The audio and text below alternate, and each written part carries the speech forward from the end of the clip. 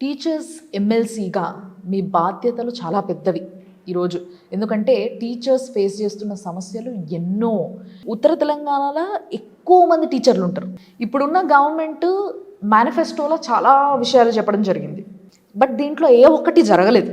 మీరేమంటారు? అసలు ఈ మేనిఫెస్టో ఏ విధంగా అవుతుందో ఇవన్నీ పాసిబిలిటీ ఉందా? చేయొచ్చా? చేయొచ్చు అంటే చేయొచ్చు, చేయాలి.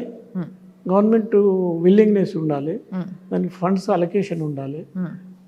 టీచర్ సమస్యలకు నాకు తెలిసి ఒక కమిటీ వేసి ఆ కమిటీ త్రూ ఆ సమస్యలన్నింటినీ ఏ విధంగా సార్ట్అవుట్ చేయాలి.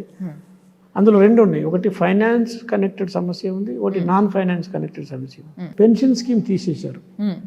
ఎందుకు తీసేశారంటే గవర్నమెంట్ ఆఫ్ ఇండియా ఒక పాలసీ డిసిషన్ తీసుకొని గవర్నమెంట్ అన్ని స్టేట్ గవర్నమెంట్లకు ఒక సర్క్యులర్ పంపించింది. ఈ పెన్షన్ స్కీమ్ను తీసేసి ఈ విధంగా పెట్టాలనుకుంటున్నాము, మీ ఒపీనియన్ ఏందని పంపించారు.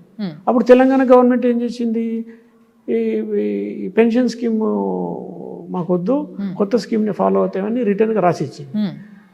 ఆ గవర్నమెంట్ చేసిన తప్పుతోని ఇప్పుడు అందరు టీచర్సు చాలా ఎఫెక్ట్ అయిపోయారు.